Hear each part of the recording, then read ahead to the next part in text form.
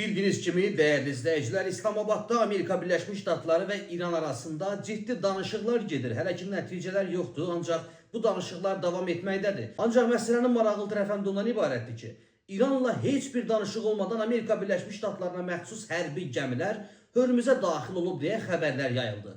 Bax, bununla bağlı xəbəri diqqətinizə çatdıracağım. İranın 30 dəqiqəlik xəbərdarlığı Amerika Birleşmiş Ştatları geri çəkildi değerli izleyiciler. Xəbərə keçməzdən öncə videonu bəyənib paylaşmağı, kanalımıza abunə olmağı unutmayın.